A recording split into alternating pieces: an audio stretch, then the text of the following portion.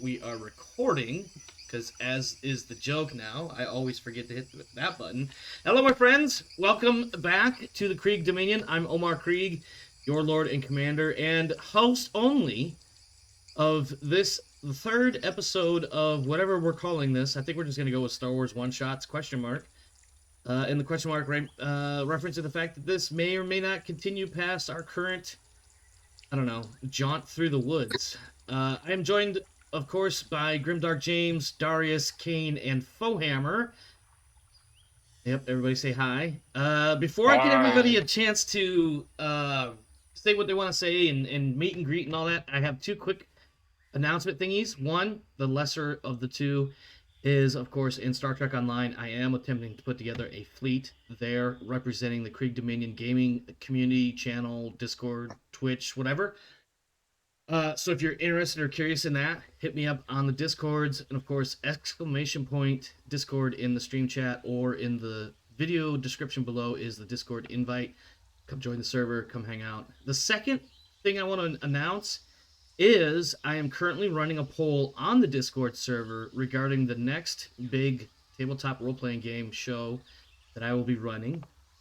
And the choices are Warhammer 40k, Rogue Trader, or Star Trek Adventures. And I think in this channel alone, I have two people who have each voted on one different thing. But ironically, there are some very close similarities and some wide disparity between the two themes of the two games. But essentially, you go out and you explore stuff, and then based on which game you're playing, it's what you do with that stuff after you find it that makes the difference. One, you pillage and plunder and murder all kinds of non-humans, and then the other one, you, I don't know, scream for science, I guess. I don't know. But anyway, come join the Discord server, vote for the next show. I'm hoping to launch that show by about June-ish, give or take. In the meantime, let's check in with everybody, see how everyone's doing, what they've been up to, what's new and exciting for them. It has been at least 3 weeks. My math was a little bit rusty, but it's been about several weeks, I don't know, since we last saw each other. So let's start with Darius. We'll work our way around, and we'll end up on our actual Game Master, Grimdark James, at the last. So we'll start with Darius. Darius, what's new and exciting for you, my friend? I still didn't save me for second to last. I've actually got another conversation going on over here. Fine. I will reorder my entire show. I'm just kidding. Kane, let's go with you then. What's new and exciting for you? I don't have anything new or exciting, I don't think. Pike has not yet punched a Xeno. That's the only thing I can give you at this point. Pike is so angry and so high he wants to.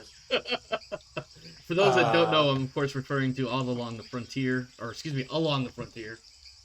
my alien RPG show that runs on Tuesdays. Where in a Colonial Marines game, I am essentially playing a plane elemental. Yeah, who's high on combat drugs right now. It's incredibly high right now.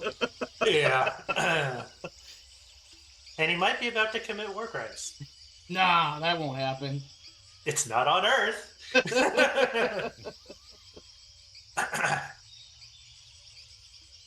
That's all you got? You really don't have a whole lot into anything, huh? Oh, Jesus, that's loud. I mean, because it's May 4th, different Discord wanted to do something Star Warsy, so right before this, I just finished doing a Star Wars one-shot with them, so. Nice. Of the same system? Yep. Nice. Bonehammer, let's take it to you. What's new and exciting for you? Because I think the most new and exciting thing I've got is I put my new full authorization license plates on my truck as opposed to the temporary dealer ones. And that's about all I've done exciting in the last week. So, Fo, what's new for you? Oh, I'm just, losing Blood Bowl matches. I'm probably going to be spoilers, losing GTO matches. Hopefully this episode doesn't end up in a, total party kill, watch your mouth now. Now you get your negative on that side of the internet, okay? We've got to put things in perspective. I mean, your Blood Bowl loss will feel a lot better if this is so much worse. Yes. And I specifically got it out of my system, at the end of the match. I just rolled a bunch of dice just to get all those ones out of my system. And it didn't work, did it? No, it did. I rolled 1-1, but a couple of 6s as well. So I think the karma is balanced out. You think. Karma has its I own think. designs, my friend. Yes. Well, other than that, not too much going on. I just want to say that, it's some people would almost probably consider it blasphemous that you mentioned Star Trek multiple times in the announcements on Star Wars Day. Here in the Krieg Dominion, I do what I want. I'm the Lord. Look at me. I am the Lord and Commander here, not you. The fleet commander, right? Well, you know what? No, Lord Commander trumps all, man. It's mostly because of the Lord in his title. You have to get a rogue trader Lord Captain to outrank me. That's what it is. There, you happy? I've hit another totally different super science fiction fantasy genre. There you go. Just to further mention all disrupt. It could be worse. Could be talking about Rebel Moon. Oh God, no, we're not. No, fuck that. No, oh man, you made me drop the F-bomb before 7 minutes. Damn it, James. Darius, are you still in your conversation? Or are you good to go? I'm here. Okay. What's new and exciting for you, my friend? Not a whole lot. Another month. Pass. Still reading, still gaming a lot. Well, there you go. Time continues to move inexorably on. It does. No matter what we do or don't do, it does. Lose a Blood Bowl match, time continues. Taunt science fiction fans across the entire spectrum of humanity, time moves on. It's all immaterial. And yet, some say time is a social construct meant to make you continue working for the rest of your life. Anyway, let me stop with all that dark, grim bullshit. Yeah. Yeah, this is Star Wars. This isn't, save that for 40K. Yeah, really. He's up on the grimdark. Yeah. Anything else, Darius? Not really. Alrighty. Well, in that case, James, why don't you share with whatever you feel like sharing, and then launch us into a galaxy far, far away. Yep, that's right. I am Grimdark Bullshit. I mean, Grimdark James. Look, because I haven't, because I haven't had this rant on your show, I'm gonna put my ranty pants on for a second. Since you did invoke the name of Star Trek role playing by Modiphius or Star Trek Adventures, I have this belief. I love RPGs based on existing IPs. I have a ton of them. I think the most recent I picked up was the Transformers RPG, which was a lot of fun as well. But I think if you're going to do an RPG based on an IP, you've got to have elements in the rules that really inform towards things in that IP. It's got to feel like it's been made for that IP. It's not just GURPS or some other generic role-playing system which has just had that effect over the top. And I have to say that I love Modiphius. Obviously, Jay Little, who created this Star Wars system, went on to create Mutant Chronicles for Modiphius as well, using a similar narrative dice mechanic. But for me, when I picked up Star Trek Adventures and I read it, it just didn't have things that were really like, okay, this system has been created for Star Trek specifically. My favorite Star Trek system is definitely the now long since out of publication Last Unicorn Games one, which had so many unique systems, including my favorite, the random techno battle generator. So if you wanted to say part of the ship is broken, you could just roll three dice that would tell you, the alluvial triliminating whatever is not working. That's awesome. That is awesome. Yeah. So now you know where my vote went anyway. At least it's been informed. That's fair. But yeah, definitely. I mean, I felt to some degree at least that they made the effort, if not necessarily this is clearly made for Star Trek that you're looking for. As far as I'm going to get these terminologies screwed up, but like your determination and con and command, your I want to say it's attributes and disciplines. I feel like they made the effort, if nothing else. But also, this is the only time I've seen this system, and I know they use variants of the system in their other games, such as, what'd you say, Mutant Chronicles is the other one? Mutant Chronicles, yeah. And they have Mutant another Chronicles, one. I think a different system, yeah. And they have there's another game based on the Conan IP, which I don't know what the system there is, but I imagine, not knowing any better, I would guess that, probably something similar. I don't know. Yeah, I think it's closer to the Conan game than to the Mutant Chronicles game, but... Right. any case, that was my rant is done. Yeah. And look, as we mentioned before, it is, as we're recording, International Star Wars Day, or for me, it is actually Revenge of the Fifth. Yes. But I did run this game system last night when it was still May the 4th for me, and now I'm running it when it's May the 4th in the US. I even put on a Star Wars shirt once again. So, we're going to lean in heavy into the Star Wars for this for this third of one episodes. Yeah. All right, third of one episode. Okay, that was definitely a Star Trek Borg reference.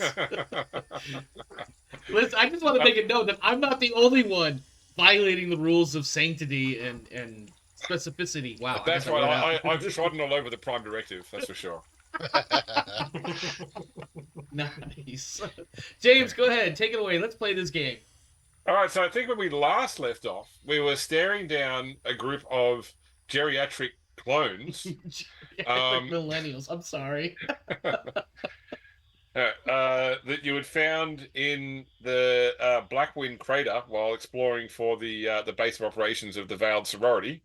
They had at least put Trokk at gunpoint. Trokk at gunpoint, while Gregor stealthed away. But you've decided to walk them back to the ship, and Seren has come out to greet them. And we sort of that was we ended off with the sort of the Mexican standoff between the armed clones and the well-armed ship, with Seren in the middle. And before we get too much further, we better do obligation and destiny rolls. So I'm going to roll obligation for the group first. Gotta do those all-important rolls. Oh, activate on Seren of all people. Oh, that's so ironic with what our opening scene is probably going to be. Yeah. So I'm going to quickly. I think my strain is still lowered because it was rolled for me last time. I was going to say, well, it was you last week, or not last week, but the last session too, wasn't it? Yep. So I'm going to quickly go through and drop each of your strains by. But I don't think my strain got put back, so it's already lowered where it should be. Well, it should be one. It should be two lower now if it's. Well, I think my default is 14. 14, yeah. Okay, so you're right. Should be 12. Yeah. Okay. And let's see. It looks like they've been lowered twice. Let's fix this up. Anyway, and then I will call for the destiny roll. So here we go. It should appear in chat now.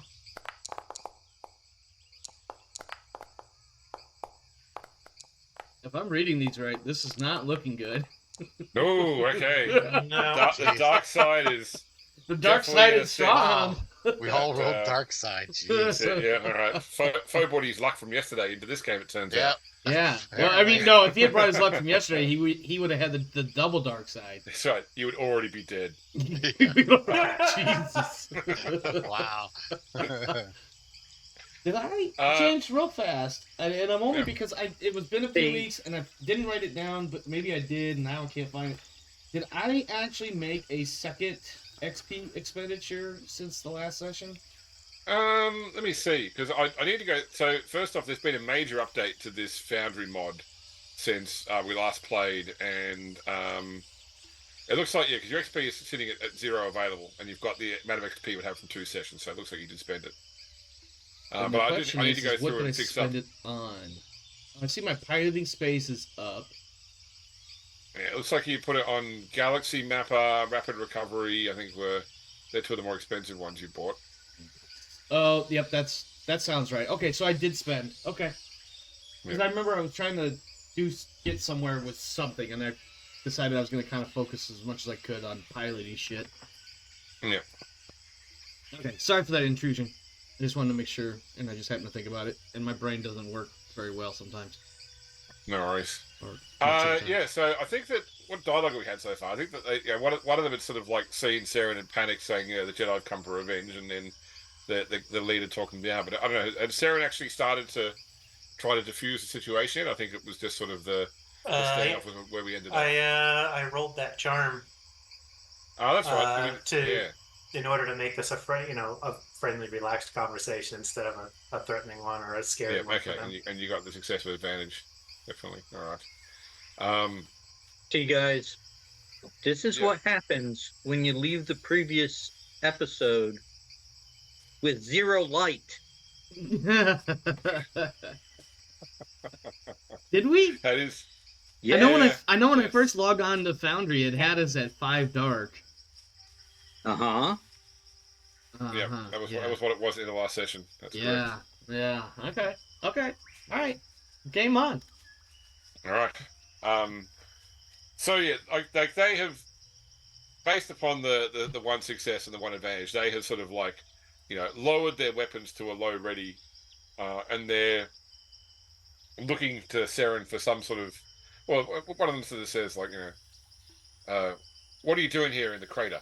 This is it's a private area.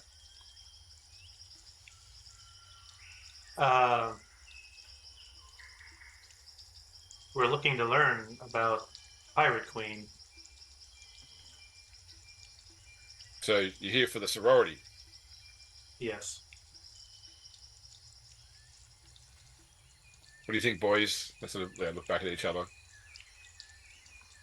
Sergeant, Look, yes. What name would you like me to call you? The boys call me Zeke. It's nice to meet you, Zeke. Look, the sun's going down. Some of the real beasties of this place are going to be out soon. I suggest that if you and your friends follow us, we'll take you back to our encampment. Maybe we can talk about the sorority and what happens next. Can I hear this in the Yeah, dorsal I'm turret?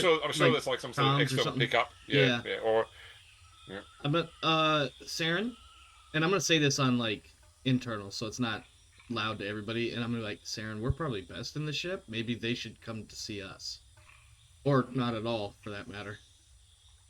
I don't like this. I don't like the way this is panning out. Well, I don't have a headset. So Oh, well, if you're talking to Seren, me, I've shit. just got like the handheld. And she's just holding it. And when you say that, Seren says, I mean, they can hear. Seren says, in the time that I spent with clones before, they are a trustworthy and honorable group. Yeah, well, If they say that we're their guests, I trust that. look, you can stay in your ship if you want, but if a Nuno gets down here, it's just going to chop straight through that hull, and it'll smell the living things inside. So this would be opened up like a can of rava fish. I suggest that you lock your ship up and come with us. Okay, all right, this really sucks, and we're totally losing tactical advantage. Also, I'm gonna get you a comm bead at some point in the very near future, Seren, because that was a bit embarrassing. And I feel like he would just kind of like wave through the gun bubble towards the clones and just be like, "Hi, that was bad. How are you?" Yeah, I walk off the ramp towards them in a non-threatening manner and make it clear that I'm ready to follow them. I will exit the gun bubble turret thing because I'm totally picturing something out of it, like the back end of a B-52, or whatever from World War II. But I'm climbing out. I'm grabbing my jacket and I'm grabbing my guns. Gun, I suppose, and I'll be out there momentarily, I suppose. Well, Zeke, my name is Seren. All right. This is Oak, Jake, Raph, and Tojo. Indicates towards the other clones. Can you run those names by me again? That's right. So the heavy gunner was named Oak, and the Like others a stick. Jake, Raph, and Tojo.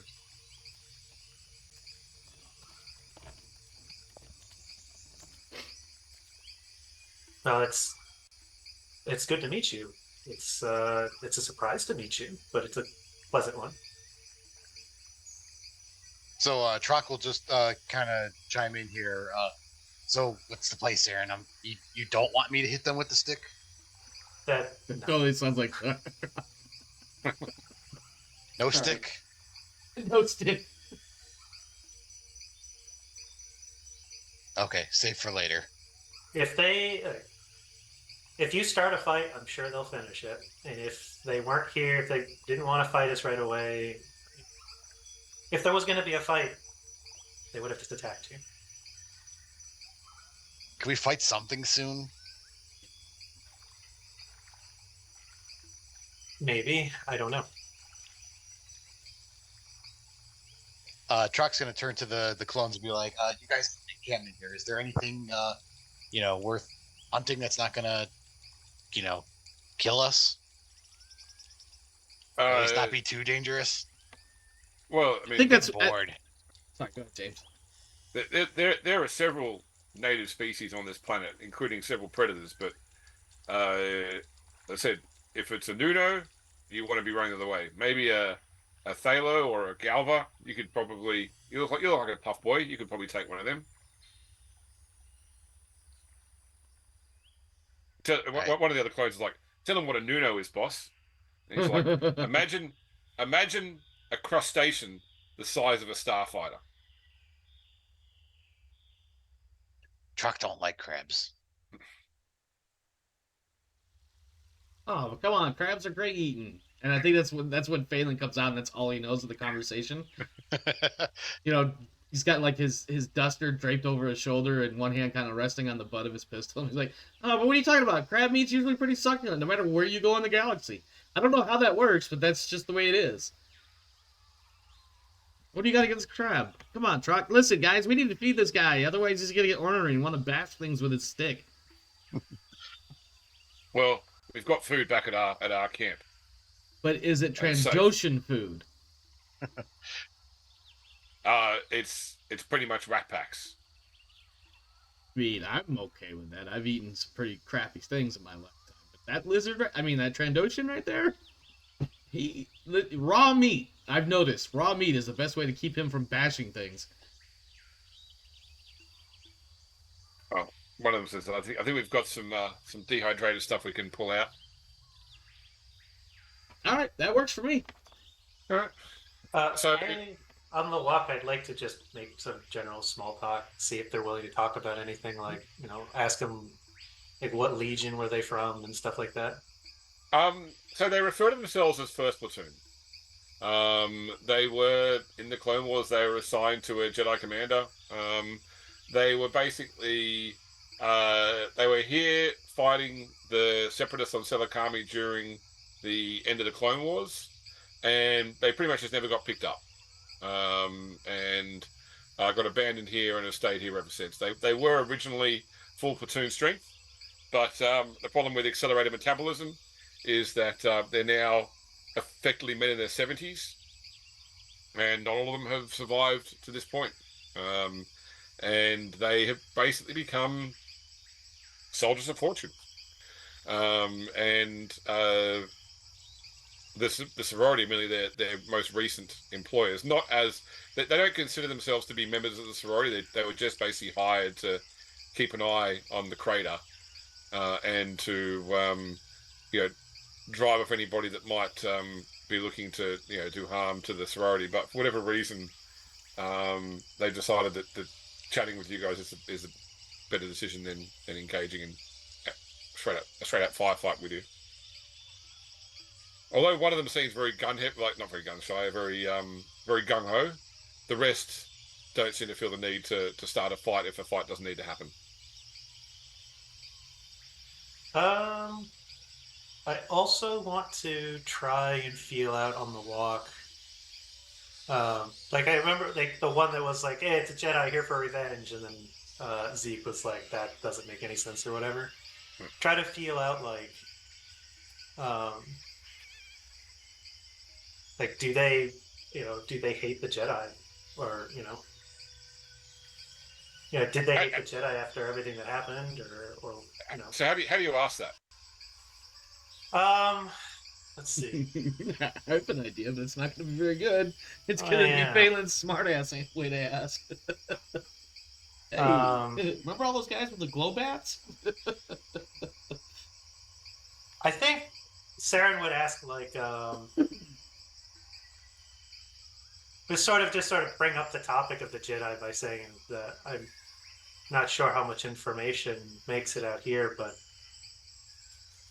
The Jedi Order is gone. Oh, I mean, look, as far as I can tell, the Republic is effectively gone, right? We haven't gotten our Shinigami since the Clone Wars, but we have enough. Yeah, we can pick up radio communications. We know the basics that there's now an empire, and the Jedi aren't around anymore. In fact, our Jedi commander, she was with us here when the war ended, and she stayed with us until she passed, probably 6-7 years ago now. You didn't. You all stayed loyal to each other. She stayed with you. Well, we'd fought and spilt blood in the same systems during the war. Why wouldn't we? We kept an eye on her. She kept an eye on us. I sometimes in the whole. There's so many things that didn't make sense to me during the Clone Wars. But I have to say, I do miss working with clones. I think Feylon kind of just does one of those. He doesn't say anything, but he definitely does when the dog turns their head. He's just kind of like, okay, we're going to store that one for a conversation later. I've met many people out here. I've seen different things, but there was always a purity to your brotherhood that I haven't seen anywhere else. So they lead you into a natural cave. Effectively, it's like the edge of a cliff face, and there is a cave into that they have. It's obviously been here for some time and been refined over time, because there are basically reinforcements to the cave structure. It's been arranged with permanent lighting now and an electrical generator. So this is basically their base of operations. And they walk you into like the main section where they have a general communal area with seating and a camp stove and their communications gear and whatever sort of personal items they might have out and around for entertainment purposes. A station to place their guns, a station to service their armor. And there are several other caves that sort of run off this one, which you would assume go to like barracks or rooms or other locations. Both Gregor and Seren, when you come in here, one of the particular caves that sort of leads off this one, you get a sense from it, like there is a feeling of it's not a connection with the dark side. It's more just like a connection with life. Like you can sort of sense that there is that the Force has somehow touched that particular passageway. It doesn't feel negative or positive, but you just get that sense that there is something distinct about it within the Force. It's also one of the non-lit passageways. For Feylon and Trokk, will they get any sort of chills up their spines or arm hair standing on end? Any kind of silly little thing like that? No, I don't think so. Because we wouldn't know what that feels like. Okay. No. It's not even like someone walking over your grave. It's probably it's a bit cooler in the cave than it was outside, and it's getting to night time, so you probably get that little chill. Yeah. But you don't put it down to like a feeling of supernatural wrongness or whatever. Weirdness. Yeah. Zeke. Yes. What's down there? And they all sort of when you utter, they all sort of exchange glances, and then Zeke says, "That's the temple." Ah. Is it safe? Well, it's where we bury those of us that have passed. Oh. And you used to be a larger group? Yeah, we're a full platoon originally. Oh, I must have missed that conversation walk here.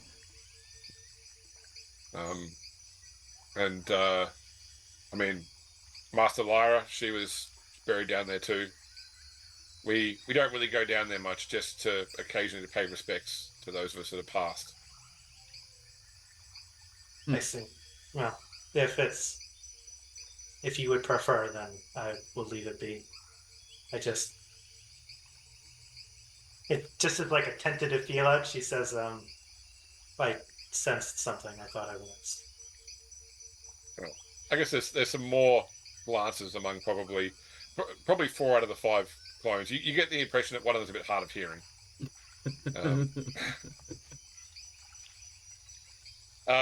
Come in, sit down. I'll get some food out, and they start like preparing those little, once again those Force Awakens, little block of protein. Put some water on it, and suddenly it's a loaf it's bread. a whole meal. It's a loaf of bread. Or soup, yeah.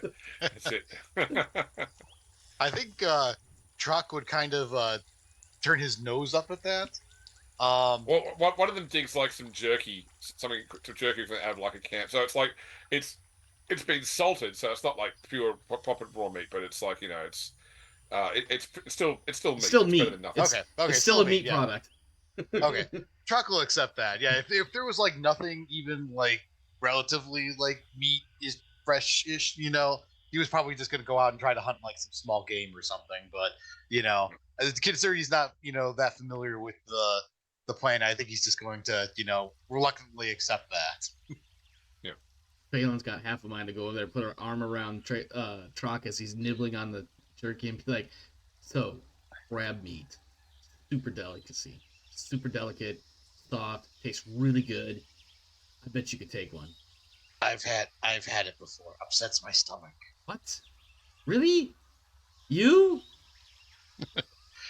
I'm not even sure if that's out of character. I'm not even sure if that's lore accurate or not. I mean, listen, it funny. could be crab He's got- meat from this planet is good. Crab meat from that planet is not so good.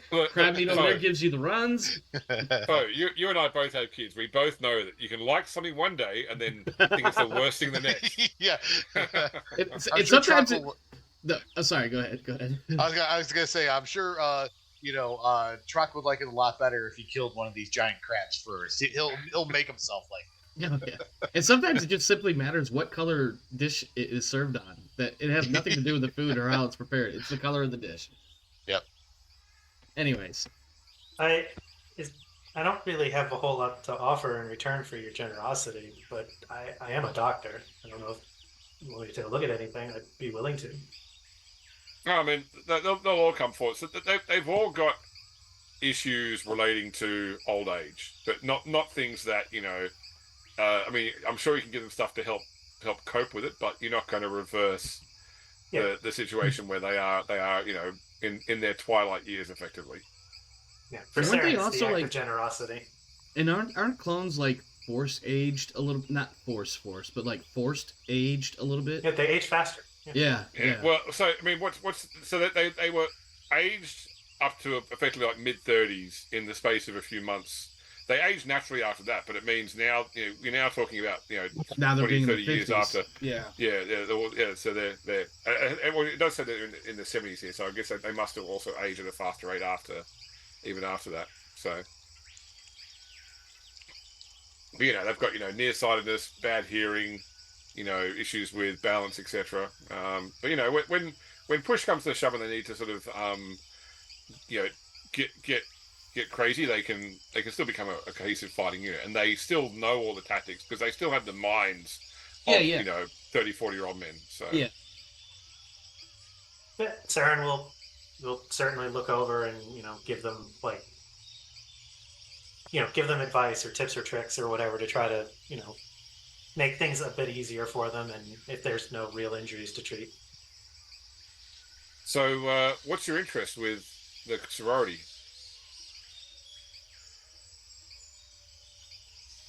Feylon wants to answer, but he's going to let Seren take the lead on this. Since Seren already has the rapport and whatnot.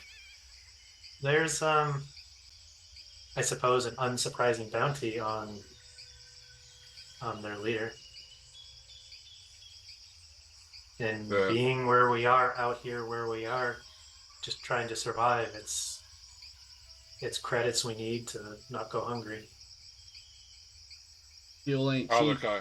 as he takes a piece of the jerky from Trokk when he's not looking. Just a small one. Yeah, look, I understand that. We don't particularly, feel the need to work with the sorority. I mean, they're pirates end of the day, but What little they give us keeps us, keeps us sustained. We can get food, we can get what we need to think. But I really don't want to end up in a situation where we're trying to, fight you about going there. So I guess just don't forget us when if you go in there and you mess that place up. That's pretty much they're our lifeline. I know you said that you have been getting some transmissions out here. Have you heard about the Battle of Yavin? They sort of look at each other. No, never came our way. Well, like you mentioned earlier, now that there's no longer a republic, there's an empire. There are some who decided that that is unacceptable. They want to try to save the republic. They recently scored a major victory at the Battle of Yavin, destroyed a large space station. Impressive. Trying to restore the republic. I don't know that any military force is going to want people like us anymore, though. It indicates around these brothers. I disagree. I mean, I can understand where it might not feel like dropping out of drop ships is a strain for younger men, but you have an experience and an expertise to train those who could, to train so many more than just yourselves.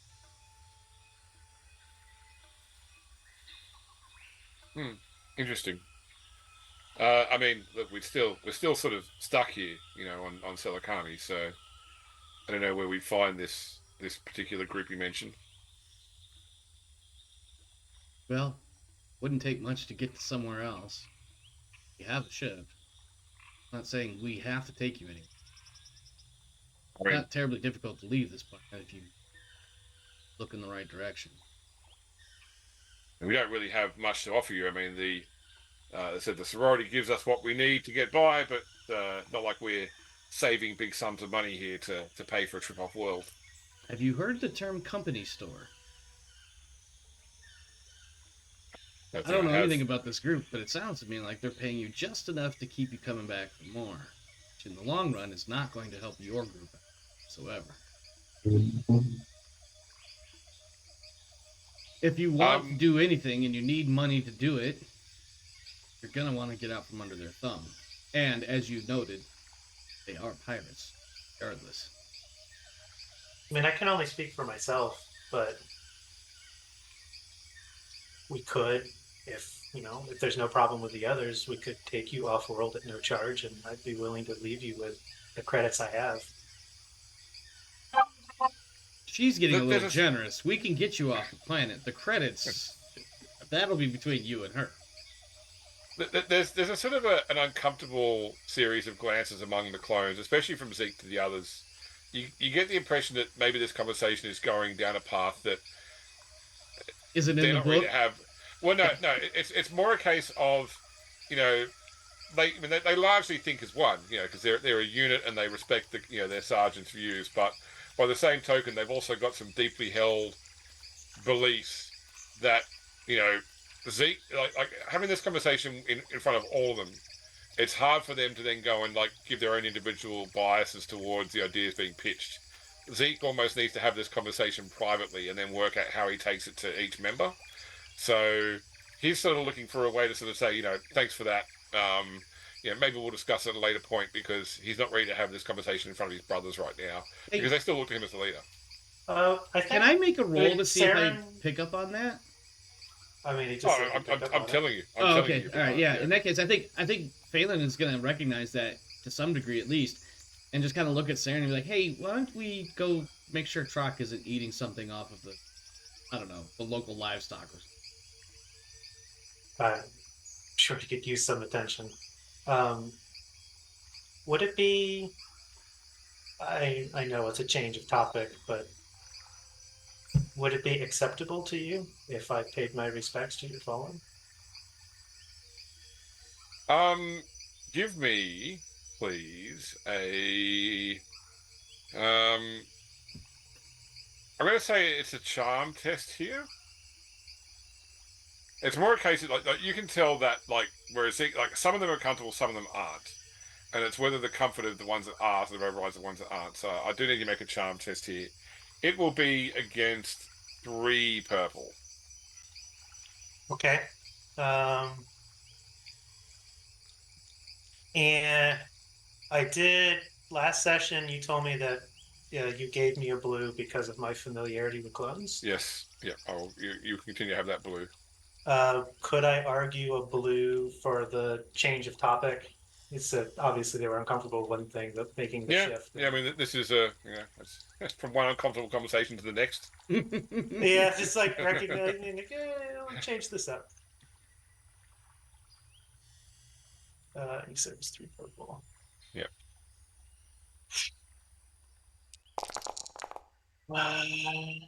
Check succeeded. Okay. All right. Okay, success.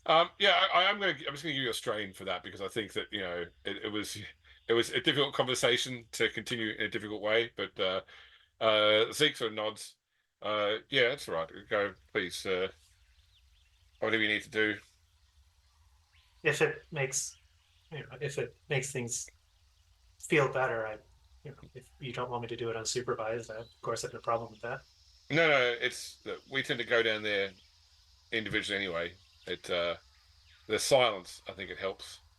He hands you like the Star Wars equivalent of a Zippo lighter, so you can light the candles in the little sort of temple. Probably some sort of like little blowtorch sort of deal with the flip lid, like a Zippo. That's it. It's one of those things you use to like make desserts where you like burn the top of the caramelize the sugar. Yeah. So yeah, Seren will take the lighter and head down the tunnel. And when Seren does that, Feylon is just gonna, I think he'll nod to Zeke and offer a quick word of thanks for the food and shelter, and then wander off towards Trokk, who I imagine, but Trokk can tell me otherwise, I imagine he's probably near the entrance to this cave, kind of doing some sort of guard / I feel kind of confined back there. I don't know. This is my personal take. Trokk could be sitting in the deep back somewhere, for all I know. But I'm going to find Trokk and make sure he's not eating anything that he shouldn't be. No, he was probably with you guys for most of the time, but probably got bored and just. You're right. He probably would have, wandered off and probably just, hanging out near the front of the cave, looking at the, the scenery as it, is, transitions are already is nighttime, and just chewing on whatever, meat rations they have. It's definitely one of those forests where when it turns to dark, there is a period where all the various night predators sort of start their initial, I'm going hunting roars. Yeah. And in fact, Oak stands by the heavy gunner stands by the entrance as well. Just he's the first lookout tonight. Getting a little crowded here. Trokk, you good? You haven't tried to eat anything that you're not supposed to eat, right? Not yet. No, he's good. He's good. Yeah. Oh, wow. We almost didn't see you there. It's getting really dark out there. Hey, have you guys seen Gregor by chance? I don't know where he is. I figured he was a shadow creeping around before. Yeah. That's certainly a way to describe him. I know. I figured you guys all have communicators. Sure do. Apparently not all of us have super secret mode on. And I think Feylon will just kind of walk off because I don't want to keep stealing the camera. Oh, you mean this thing? Trokk will pull out his communicator. He's got probably like, a dozen, missed messages or calls or whatever. That's not the first time that Trokk has missed a call. And then I'm just going to try to do one of those, like, as I'm kind of walking off and just finding some little corner to chill out in, I'm just going to... if I'm not mistaken, Gregor has a comm bead as well. I don't. He does an earpiece. Yeah, I keep thinking Warhammer because I think the terms are similar. But I'm just gonna like breathe into like the collar of my jacket or something. Be like, Gregor, where the hell are you?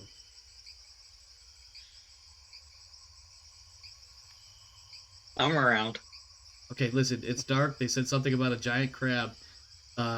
2 things. 1, don't get killed by the giant crab. If you happen to find it and can kill it, I would really die for some crab legs. Just throwing it out there. Do with that information as you will. Also, be careful. It's dark and stuff. I doubt I'll be running into any of those crabs. Well, from the way it sounds like, they'll run into you and then run over you and then eat you. They apparently can crack ships in half. I don't know. But that's what these guys said. Take it with, salt or something.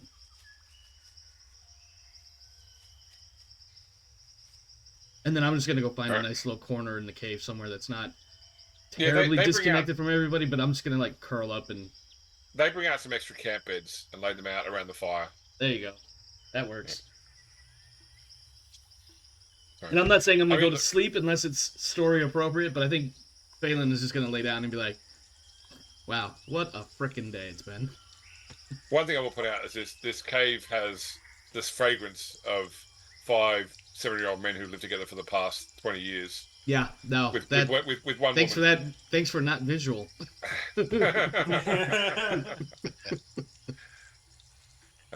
Which is probably why Trokk is hanging out near the end. With his sense of smell. Oh man, my smart ass, which of course Feylon is. I'm trying to have Feylon be played as something of sarcastic, but not too much. But I feel like he would be the guy that would grab his cot and make the loudest possible noise while he drags it closer to the entrance, just so he can get a little bit better clean air. But he would make a point of dragging it to make that sound. You're like in Men in Black, where Will Smith pulls the table over to Men in Black, or that one episode of Game of Thrones with Tyrion, when everybody's playing the dance of the chairs. That's right. Oh man. Yeah, Right. I think Feylon's just gonna try to. He's gonna lay down, not necessarily to go to sleep right away. But yeah, he's gonna try to unwind a bit. Yeah. So Seren, when you get down to the temple, it's interesting. Like obviously these clones were never really raised to have a religion, But they've obviously they've built this as a place of reverence, for their fallen brothers. They basically dug holes in the cave floor and then filled them in with extra rock and that, and you basically form these mini cans, one for each grave, and then they've done the classic sort of like stick the barrel of the blaster rifle with the helmet stuck over the top as a faux headstone. But there is one grave off to the side that has has had more candles around it, and it's been built with a degree of additional reverence, there is a semi-religious significance to this, where on top of the grave is a neatly folded but ratty and damaged robe, an old data pad, and a lightsaber. Okay. I'll light candles and have a seat and meditate. Okay. There's give me a force roll.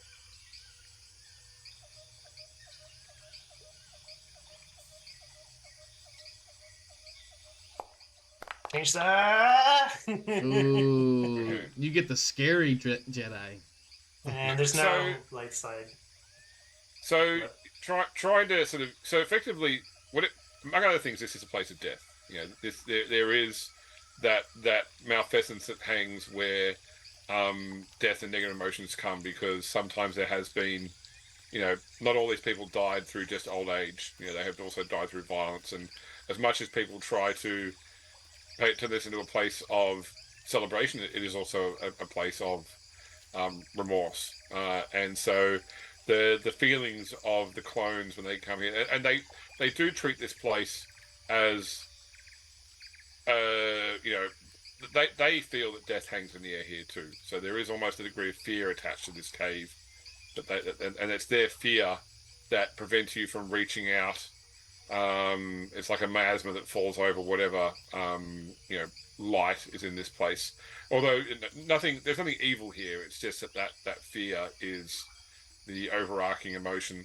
I'm assuming you don't tap into the fear. You just you let it sort of wash over you, but it does get in the way of sensing anything deeper. And she acknowledges it and tries to. I think there's. She doesn't tap into it so much as just acknowledge that in how. She didn't know these clones or this Jedi, but and she's had similar feelings in the past. And feels like the respectful thing to do is to stick out some time and be with the fallen. Okay. All right. Gregor, what are you up to while this is all happening?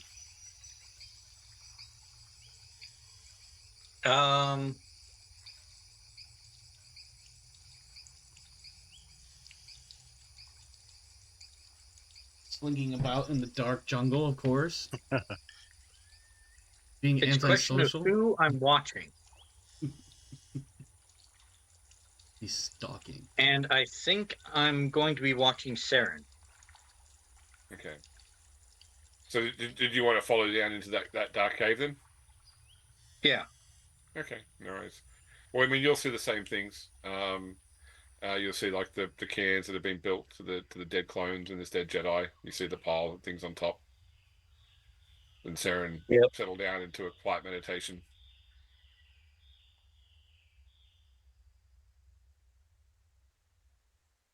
Anything you want to do here as well, or just watch?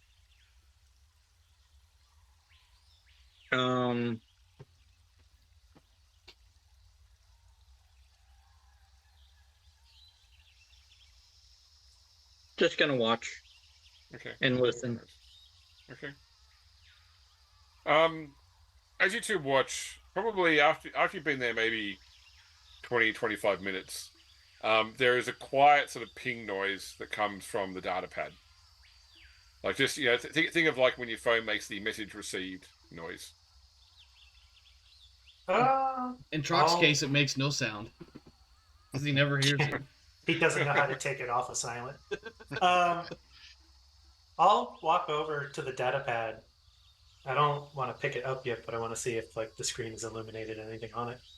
I mean, it looks like the screen is damaged. So I'd say like the backlight is gone. So in order to read what's on the screen, you would either need to repair it or plug it into something else. I'll try to fix this. I'll try to fix it. All right. Give me a mechanics check. It's going to be against 2 purple and back. Well, let's make it a purple and a red.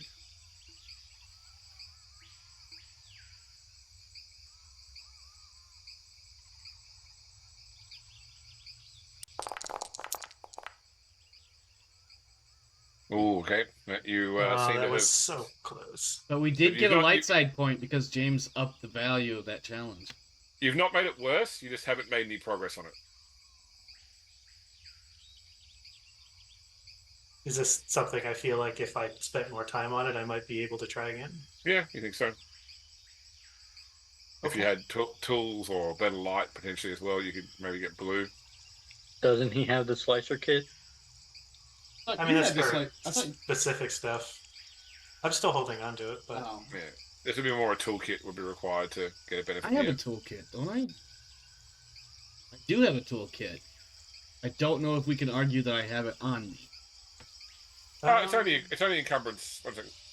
Encumbrance. Oh, it's not encumbrance 4. It's quite like everything that you've got you can carry on your person. Yeah, so it's up to you if you carry all those things on your person. I mean, I probably would keep it like in my jacket pockets, various tools in different pockets. So yeah, so like something that's encumbrance 4 is like 15, 20 pounds. It's like it's a substantive to carry, but not not untoward to carry on your person. It's like a backpack or equivalent sort of thing. Well, on my character sheet, the toolkit itself is just encumbered. Oh no, it's quantity. Sorry, maybe I'm looking at the wrong thing. Yeah, if you click on the name toolkit, it'll expand out. You can see encumbrance 4. Yeah, I see that. Okay. I don't know if I would have brought the toolkit. I mean, it's part of your stuff. It is, but I got the toolkit specifically for the ship. I mean, are you a murder hobo who carries everything you own in a bindle? No. That's Trokk. Yeah, that's definitely Trokk. Maybe Gregor. The jury's still out on that one. Trokk doesn't go anywhere without all of his murder tools. But yeah, I feel like the toolkit. I think I did specifically say I grabbed my jacket and my pistol. Yeah. And obviously I have my comm because I feel like I have my earbud in probably all the time, unless I know I'm going to be on the ship for a couple days or something like that. So yeah, Ooh, would I have brought my scanner goggles? Let's give me I would like to use my comm link and reach out to Feylon. Okay. Ring, ring. Chirp. Yeah, I was gonna say chirp, chirp. Uh-huh.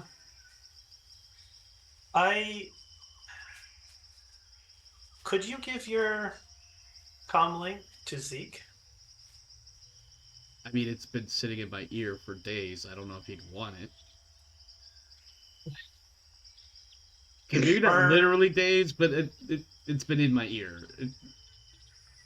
Or at least let him know that I have a question that I would like to ask him. Sure. Let me see if he's still awake. Zeke! Yes. I didn't wake you, did I? No. Oh, good. Hey, listen, Seren's got a question. Is she still down in the temple? Seren, are you still down in the temple thingy? I am. Do you want me to send Zeke down there? Well, just let him know that I have a question, and we'll handle it however he prefers. Okay. So, Zeke, apparently Seren has a question. I have no idea what this question is. And frankly, with Seren has a question, it's usually a matter of something weird, odd, unique. But she's still down in the temple, and I don't know if she wants you to come down there, or if she needs to come out. I guess that's something between you two. I mean, it's only a 2-minute walk. I'm sure why doesn't she come back and we'll discuss it here? Sure. Did you hear that, Seren? Yes. Yeah. I guess maybe it'd be best if you just come on back up here with the rest of us and share your dirty little secrets with everybody. I mean questions. I meant questions. Well, I mean, really meant questions. so Zeke will happy to he'll say, okay, look, I'll meet her in one of the barracks rooms off the main passageway, so that if he wants to talk to her, he doesn't want to go have the conversation in the temple. He thinks that's not a appropriate thing, but he'll happily meet you in a separate room if you want to have a private conversation. Yeah, I'll relay that to Seren. Yeah. Side room. Yeah.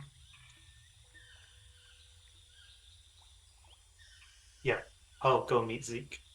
And then I'm gonna ask quietly, do you want me to be nearby? It's not necessary. Sure. I don't say things I'm not sure about. You If might I'm be not right. sure, I would tell you. You might be right. I'm just gonna go lay down, scream loudly. I might fall asleep. I'm not sure. What is it the line in that holovid say? Rule 1 is die loudly? I don't know what you're talking about, but that definitely would make sense. If you're gonna die, die loudly, so we all know that you're dying. Yeah, well, wait for the prearranged symbol, a blood-curdling scream. Yeah, I'll go meet with Zeke. Does Gregor want to do anything once Seren leaves the temple?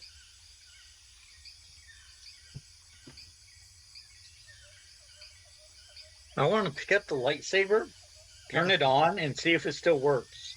So when you pick up the lightsaber, you can see that it has been hit by a blaster bolt. It's got that blackened scorch mark on it, and the activator stud seems to have no function. There's not even like a shorting noise. It simply does nothing. The activating stud is neither activating nor stud. I put it back exactly how I picked it up. Okay, no worries.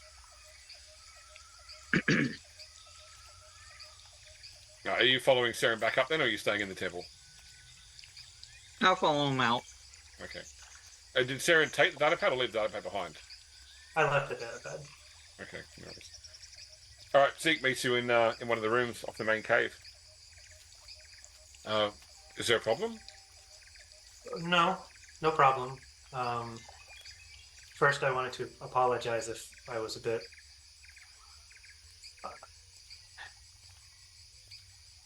If I spoke out of turn earlier, No. Look, it's all right. Look, the boys to a large extent have come to terms with where we're at. I agree that what you said, it sounds interesting. I need time to get them on board with that idea, though. Some of them, it's difficult, but it's yeah. I if your offer still stands, maybe and you're still here in a couple of days, then yeah, maybe we'll have another conversation. But I need time to square each of the boys away. I think at this point we have I think at this point, you and the boys have figured out enough about me. I, I'm, I just. It seemed like something that you might be interested in, and the offer will remain open. I'll give you my comm link, so even if we leave and anytime afterwards you would like help, um, I would like to. Look, let me be honest with you, Seren, because you seem like a good person, a good Jedi, in fact. We obviously heard about what happened with Order 66 after the fact. We heard about the control chips. I guess it never happened to us because no one with the right level of authority ever gave us the command words execute Order 66.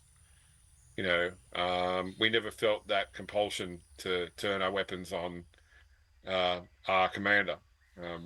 And when she died, it was hard for us. She was as much a part of our platoon as any of our brothers. But a part of those men out there is afraid that at any point in time out there in the big bad galaxy, someone could say something and suddenly they're not going to be themselves. And they could potentially hurt somebody that they're very close to, like they could have if someone had given, a person in authority had given those exact words to us 19 years ago. Does that make sense? It does. That's why I wanted to apologize if I was being too forward. I wasn't meaning to come off as trying to push anything. No, it's all right. I get the impression that our kind, they're not as common as we used to be in the galaxy now. I haven't seen any other clones in over a decade. Well, maybe there's a reason for that. I don't know. I've been a little out of the loop myself living out here. Like I said earlier, there are no Jedi anymore. I'm just trying to find a way to do what I can out of the way of affairs that I no longer have any business being a part of. Did you find any answers in the temple?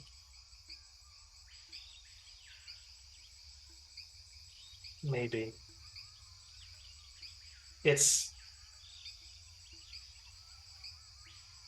was sombering, but I could feel that it is a place of. I could feel the reverence. It was, saddening and comforting. I appreciate you letting me see it. That's quite all right. You're welcome here, Seren. I did notice something while I was down there, and I didn't want to overstep, so I thought I should ask you. What's that? The data pad that's down there with your Jedi. Yes. It's damaged.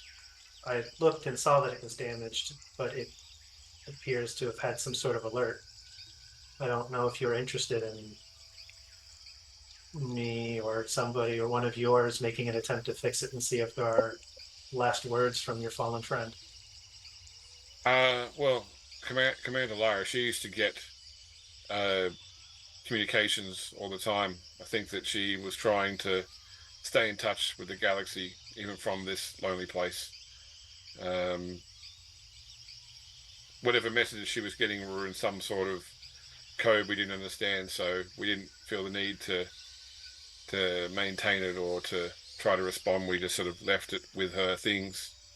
We figured if another Jedi ever came past, they could take it. No, I didn't want to do anything without asking you.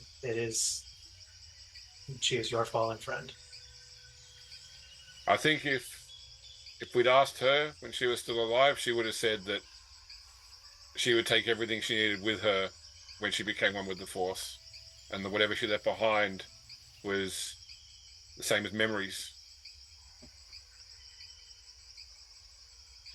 The memories we have of her up here, they're not some old bits of technology stacked upon her final resting place. Would you like me to see if there's something there for you to know? If you're what I think you are, then they're more yours than ours anyway. So feel free to take a look, work out whatever you can. And here's my comm link. If there's ever an occasion, even if you and your men choose to stay here, if there's ever an occasion that you wish to reach out, you can find me. All right. You exchange Instagram IDs. And he might slide into your DMs at some point in the future. Do you have any? Did you have any mechanics in your platoon? Any tools? That's a good question. Do I? Let's have a look. No. Well, so yeah. Ravo was, but yeah, he passed some years back. I can probably try and dig his tools out though. Let me go have a look. Okay. I'm going to head back down and go get the pad, and I'll meet you here. Seren. Yep. Feylon. Open comment. Yes, Feylon. I keep forgetting you don't have the earbud. I think he actually says that kind of offhandedly, and then he's like, "You good?" Yes, everything is fine. There's no need to worry. Okay. I think I'm gonna try to get some shut-eye, but let me know if you need anything. Well, I appreciate you looking out for me, and I will if I do. Well, you know, you guys are close. They're clone troopers, but it's also been, I don't know, 20 years or something. Everything is fine. Okay. Good night. I think he's like, I don't want to make this conversation awkward, and I feel like it just got awkward, so I'm gonna hang up. My friend is just worried he doesn't have the same experiences. Yeah. So he goes up to try and find a toolkit. You're going to get the data pad. I'll take the data pad and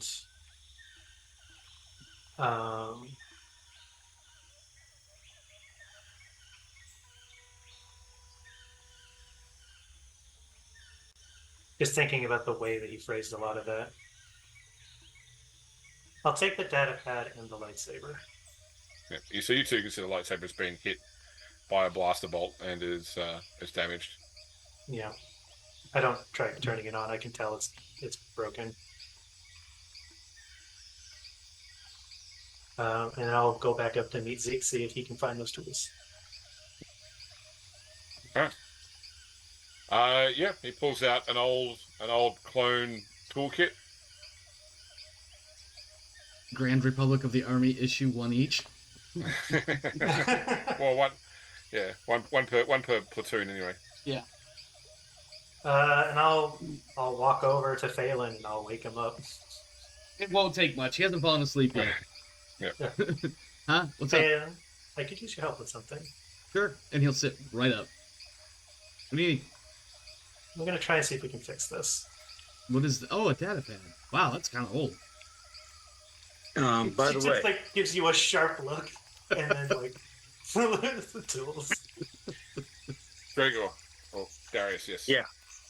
By the way, as they leave the temple and I followed them back a second time, Yep.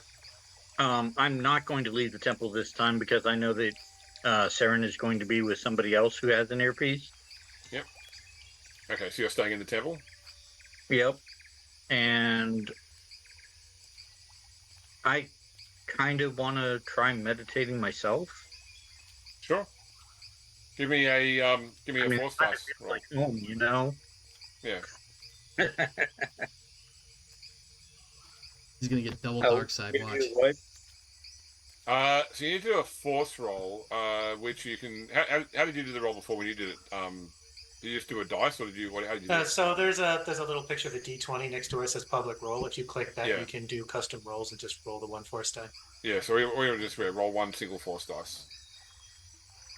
Force die. Okay. Don't worry, James. I too hate calling it a die because it just feels weird. Okay. No worries. So, yeah, you sort of open yourself up to the force here, and you feel your way past the blanket of fear that is in this cave, and beyond that, you can sort of sense a hope that the Jedi that was interred here,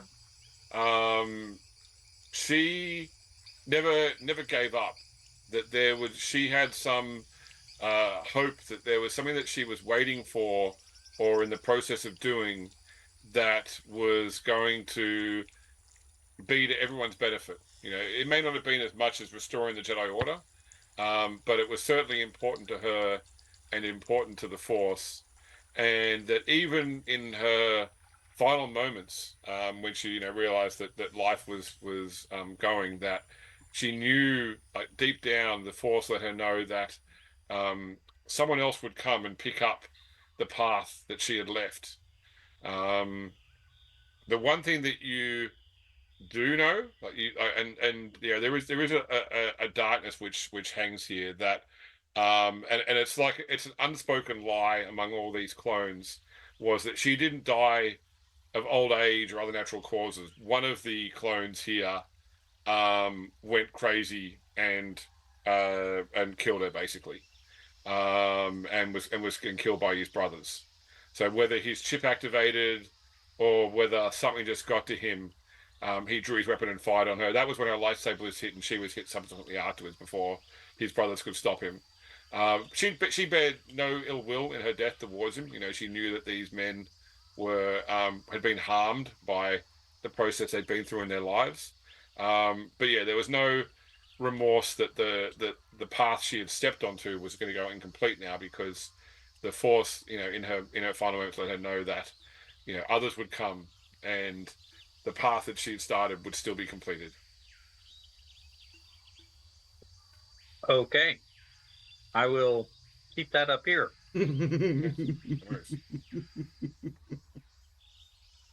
All right, so Seren and Feylon and the datapad and the toolkit. Yeah. So let's see. Mechanics is based off intellect. I have mechanics 1. Yep. So it will be. 2. So this will be skilled assistance. So that means that Seren can roll mechanics with an upgrade for Feylon's help. So turning one of his greens into a yellow. So basically, what you're doing is you're taking the highest person stat and the highest person skill. So rather than adding a blue dice, you're converting one of his greens to a yellow. Plus, you've got a. Sorry. No, go ahead. Yeah, doesn't matter who rolls. Whoever rolls is rolling it as 1 yellow and three green. Okay. And then you can also add in the blue boost dice for the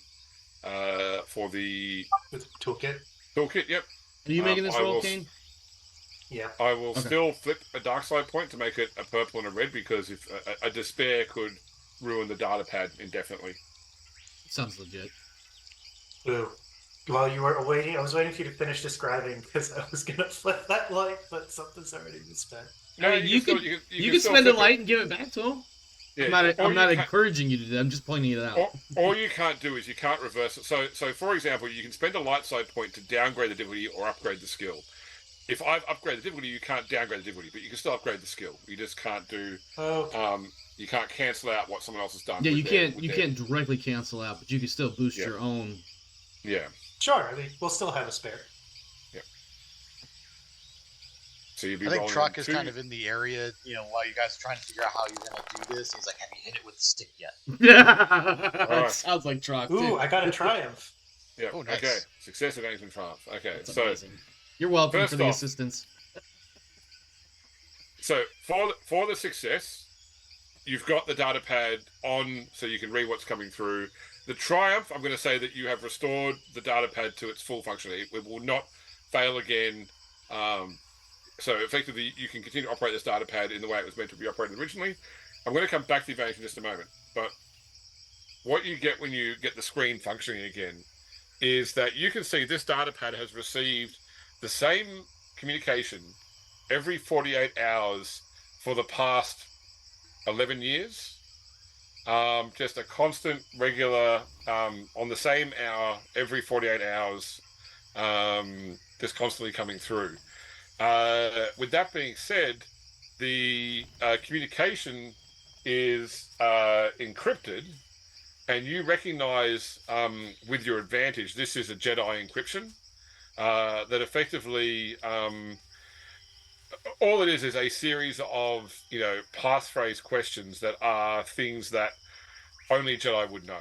Like, what is the fourth teaching of Master Dasari? And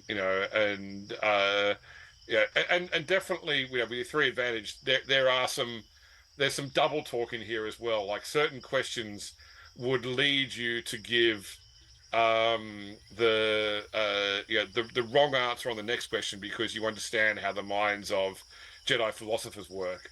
So you couldn't just Google the answers, for example, because understanding how each question works means that you can then anticipate how the next question was supposed to be answered. The answer would be that would be what they said, but what was later determined was that was actually incorrect, and the real answer turns out to be X equals Y to the first. Yeah. And so, with three advantage, I'm not going to make you make a subsequent roll. You were able to bypass the encryption and basically come to the fact that, in the time after the Clone Wars, there was an attempt by the Empire to send out like a generic comeback to Coruscant for help, to get help communication to lure the Jedi back to the temple, which was subsequently shut off. But in the time, in the months after that, the few Jedi that did survive managed to set up a way of still communicating with one another. Looking back through the data pad, you can see that Commander Lyra was in communication with another Jedi post the end of the Clone Wars, one by the name of Suljo Ward, which I'll type into chat just so you can get the spelling of it. Can you give us the spelling for this Jedi here too? Lyra? Oh yes, yeah, that's it. Yeah, so I'll give you her name too.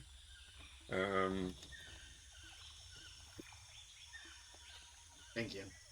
Yeah, that he survived, and he had a ship and was around looking for other Jedi. She decided that rather than trying to lead these clones out of this place, and potentially into the hands of the Empire, it actually behooved her to stay here and try to act as like an assistant coordinator to keep listening out for more communications, to try and refer other Jedi that might have survived to others and such. So the communication that she's been getting the data has been getting every 2 days for the past 11 years is basically from. It's like a beacon from Ward's ship, just so he hasn't communicated with her, in a decade basically, but his ship has continued to send the transmission every 2 days to her data pad to inform her of its location. That being said, it hasn't moved in close to 10 years. The ship is still transmitting, but it has been transmitting from the same position in space for a decade. How much of this would I be able to pick up on as far as information, or is this all that Seren is pretty much the only one to get all this? I mean, once it's powered on, Seren sort of sits back and says thank you. Because Seren's got to go through the encryption sort of stuff, So she's got to spend 20 minutes going through the Q&A. Please validate that you're not an Imperial robot. How many bicycles do you see? How many lightsabers are there? Who is the fourth prophet of? Yeah, I got you. I couldn't make up more shit. It's just a checkbox that says I'm not an Inquisitor, and you tick that, and there's a little. And then it asks to confirm. You have now create an account to log in. So I'd say unless, and even then, the communications, they've done everything they can to try and be as circumspect in their communications as possible. So I'd say even if Feylon was running over his shoulder, he would only get a tiny portion of what's actually going on. No, I think once Seren got it unlocked and started going through it, and basically intimated that, hey, thanks, I'm gonna go read this now or whatever, then yeah, Feylon would have just been like, all right, whatever, put my tools away, lay back down. Yep. Yeah, I mean, once I spend the time with that, I'll bring the clone toolkit back to Zeke. Yep. You do get the impression, by the way, that in the conversation she was having with Suzhou Ward before it just went to the regular communication, was that Ward was quite excited that he had unlocked some new secret of the Force he couldn't wait to share with Lyra in person. Was it Force Lightning?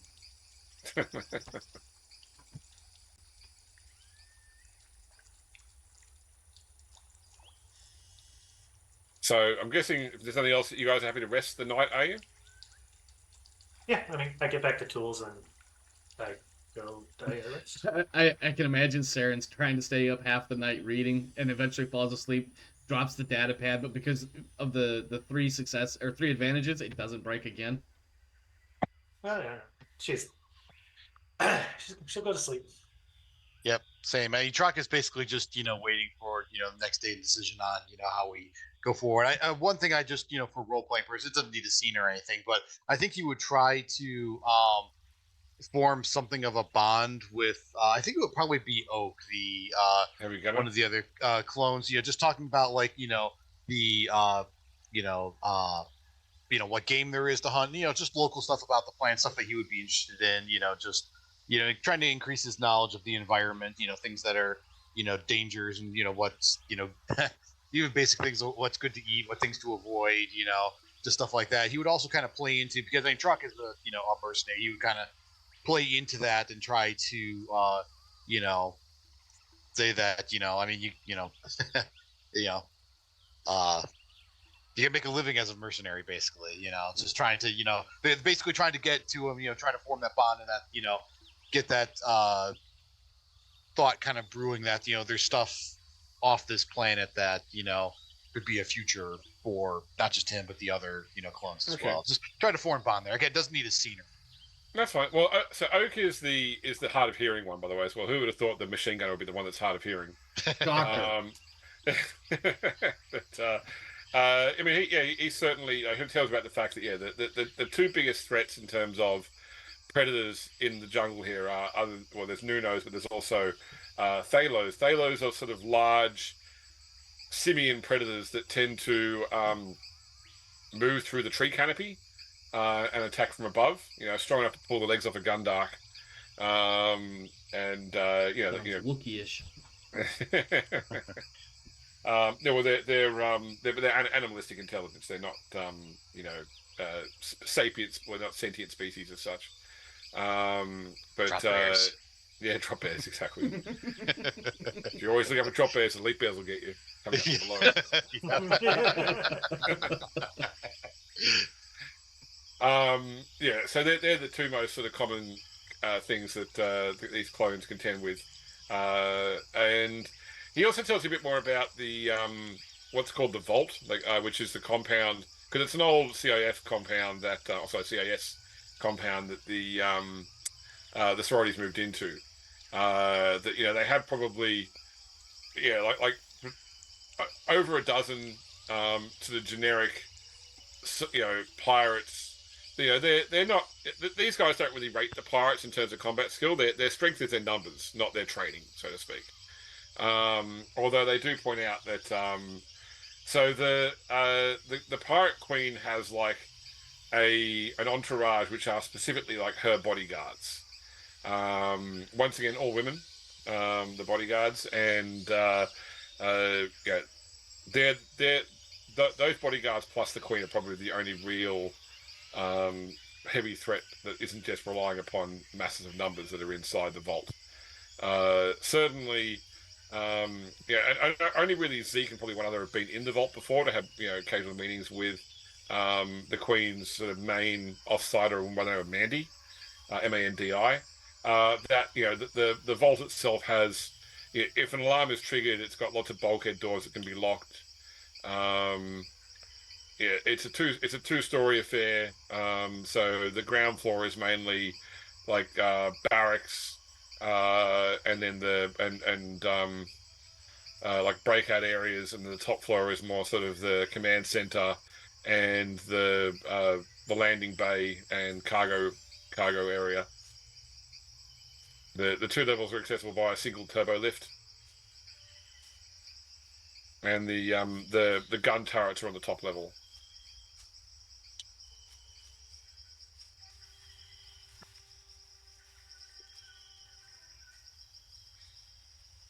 And yeah, just Trokk will just settle down for the night and just wait for decision in the morning on how we proceed.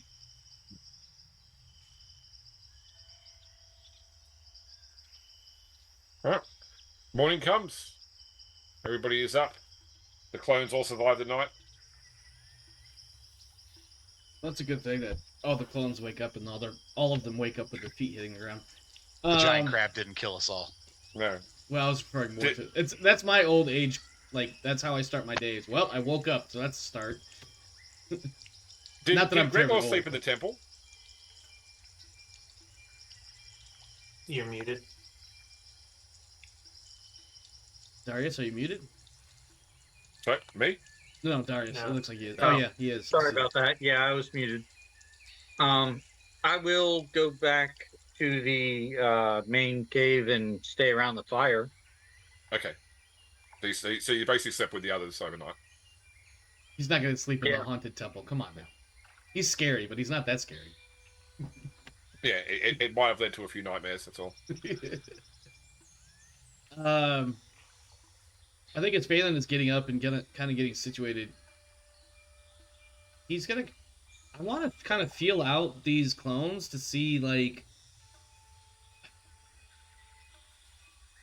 what is the best way to get into this place to take this lady out? Is there a way to draw her out? And how much support can we expect, if any at all, from these troopers?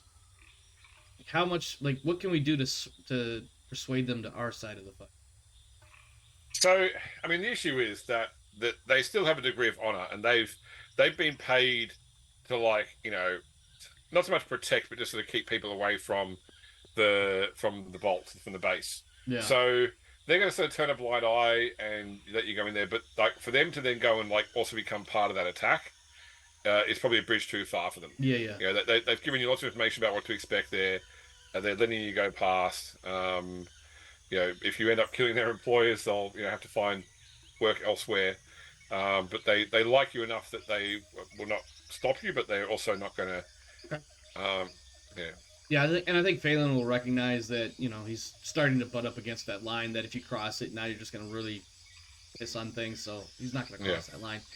And then the other thing I want to do is I guess the 4 of us need to figure out what our plan of action is, because we're here to do a job, and I think Feylon actually says that at some point once he gets everybody together. He's like, we're here to do a job. We got to figure something out. Either we draw her out or we go in after her, and I don't know which one's the better option here, given what we know so far.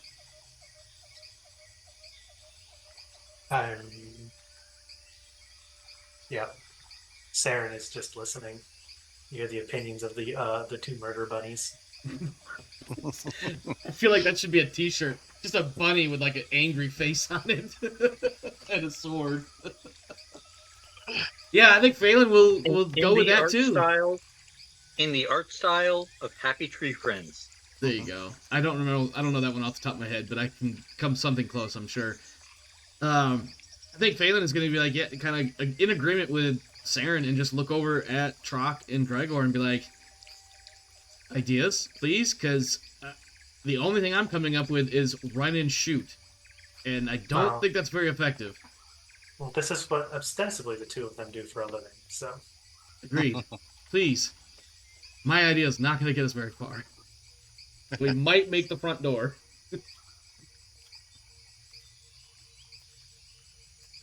Well, so let me help you guys out by a suggestion that anybody would like to can try a difficulty 3 warfare roll for an idea. okay.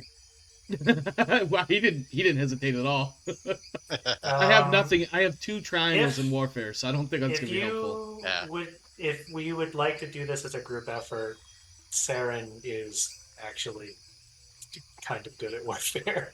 Well, I don't think anybody's actually trained in warfare, so it'll be Seren rolling with unskilled assistance, like with a blue dice, regardless. Then. I have 4 greens to warfare. Yeah. Do we have any sort of map or sketch of what this place looks like? I know you gave us a nice verbal description, but is there any imagery that we, either for our characters or even for the players, for that matter? Well, so there is a map that'll come up when you go there, but Right. I mean, they've sort of given you like all they can do is give you. They haven't been through enough of the place to draw you an effective map. You know that it's got a main front entrance which has a vault door, which goes into a circular corridor that sort of accesses the 3 wings down on the ground floor. Mm-hmm. So the east wing is barracks, west wing is barracks, north wing is like the cantina or like the living area. Then there is a turbo lift up opposite the cafeteria to the top floor, which just opens up into the cargo bay and landing bay, and then behind that to the north is the command center. Okay. I think Seren, or excuse me, Feylon will grab a stick, not a big stick. Calm down, Trokk. But he'll grab a stick and start drawing in the dirt, and kind of be like, "All right, this is what we're looking at. Please help me figure this out, because otherwise we're going to be doing," and he can't say this in character, but I can say it out of character. Otherwise, we're going to be doing this the Star Wars: The Old Republic method, which is we clear one room at a time and wait for our abilities to cool down. They do say that. So when Zeke's been there to see the Pirate Queen before, when he went up the turbo lift, opposite the turbo lift door is another sealed vault door, like a strong room door, which he would guess would probably be some sort of armory. He hasn't been in there. Is there any way to get up there besides the turbo lift? Outside, you could try it like by hand, climb the side of the mountain and enter via the landing platform. So we could scale the mountain, as it were, approach from the landing pad side, or we go from the bottom. I can roll warfare. How many purples is this going to be? So it's against 3 purples, and you do get a blue from unskilled assistance from somebody, as you just sort of run the ideas through. Could I argue we get another blue for the insider information? Sure. And we could take that last light just to make things interesting. Listen. I don't know if I'm being sarcastic or not. Emergency thing. Yeah. Listen, I don't know how realistic that might be, and I forgot to switch it over in time for the roll. But that is a failed check with 3 advantages. Okay, cool. So with a failure and 3 advantages, I'm going to say that you do realize that these clones have had reasons to go to the base before to meet with the Pirate Queen, for example. And from their previously dead compatriots, there is spare clone armor around.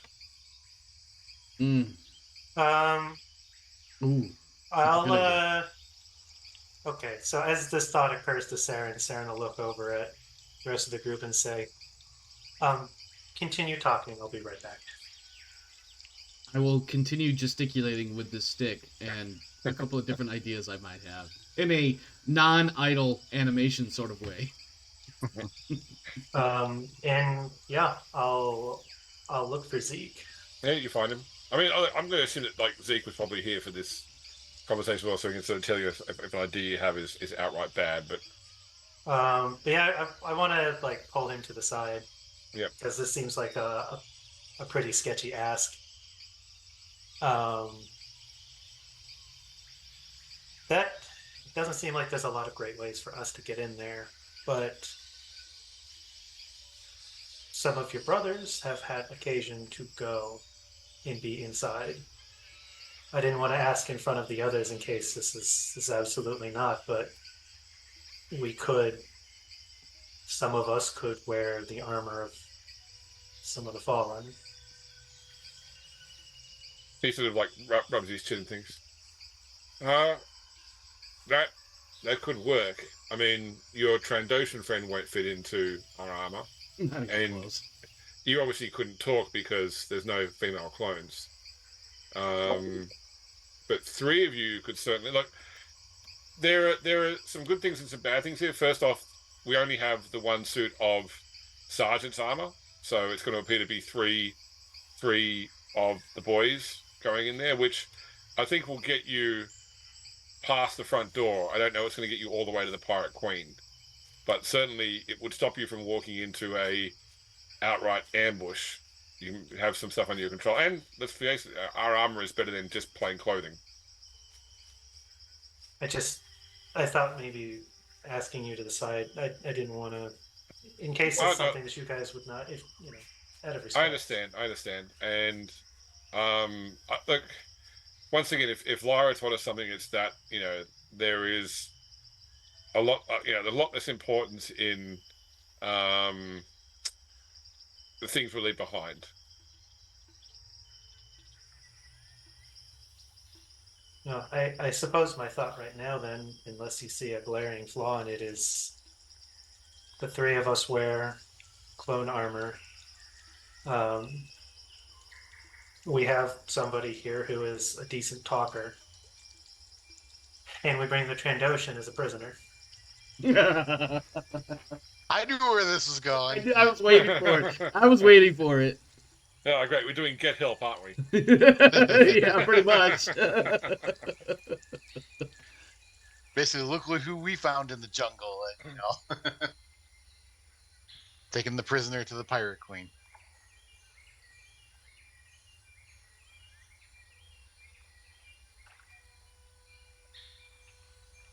No, I mean, I'm assuming. Or go ahead.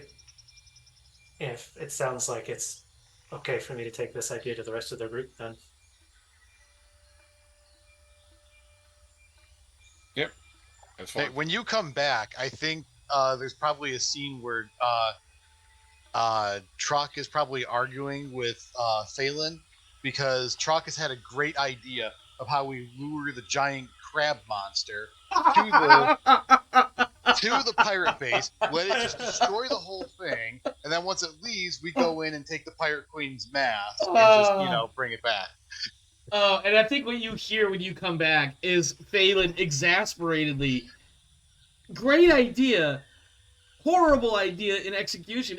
How are you going to draw this crab here, keep it focused on the mountain where the base is built into, and then we still have to go in and find this lady who may or may not have fled on a ship. Feylon, I have an idea. Please tell me it's better than involving baiting a giant crab to eat a mountain. It is better than trying to convince a giant crab to eat a mountain. I feel much better already. Wait, let me guess. Are we doing Get Help? I'm sorry, I had to do that line. Sergeant Zeke has said that it would be respectful and acceptable for us to wear 3 sets of armor for his fallen brothers. The clones have had occasion to enter the facility in the past.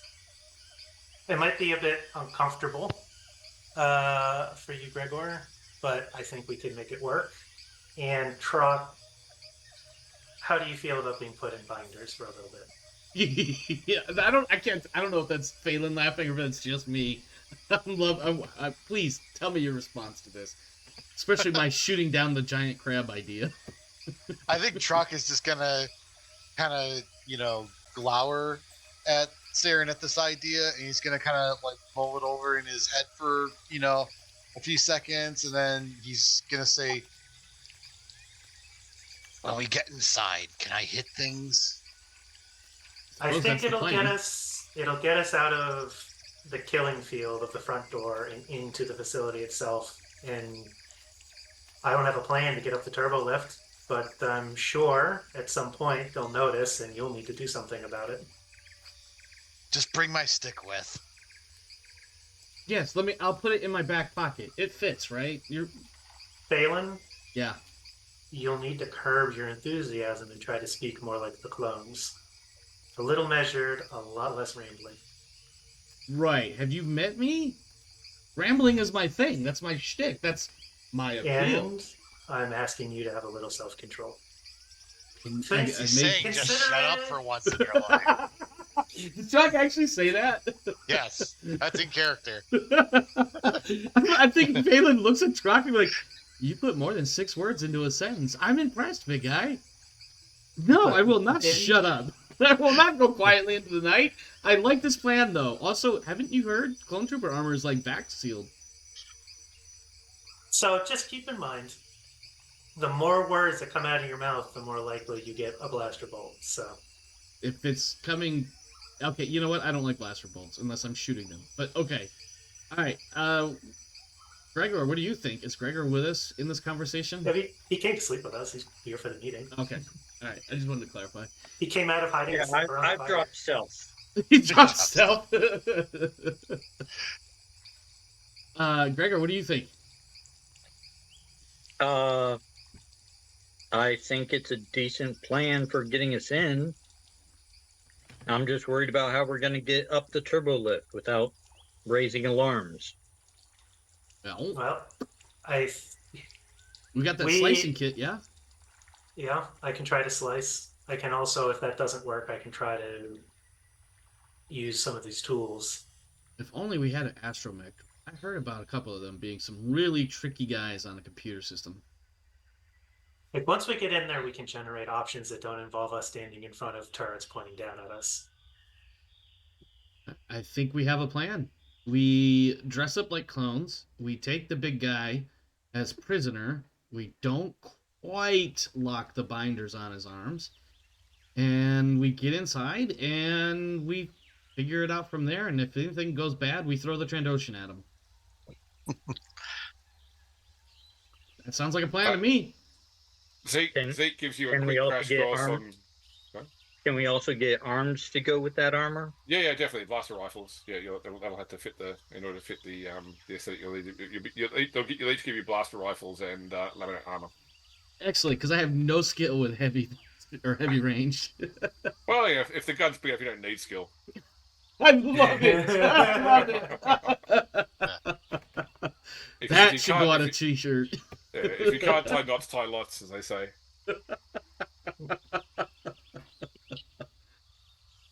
Alright, so I'm going to put, on 4 of you, I'm going to put laminate armor and blaster rifles on your sheets. Excellent. As I was saying, you get a crash course on how to speak New Zealander from the clones. I was going to say, let me brush up on my 2 minutes. I was going to say, let me brush up on my Coruscant accent, and I was like, wait, that doesn't sound right. Jandals, chili bin. Cheers, bro. Macadaka. Or is that Australian? That's Australian. Yeah. Okay. All right.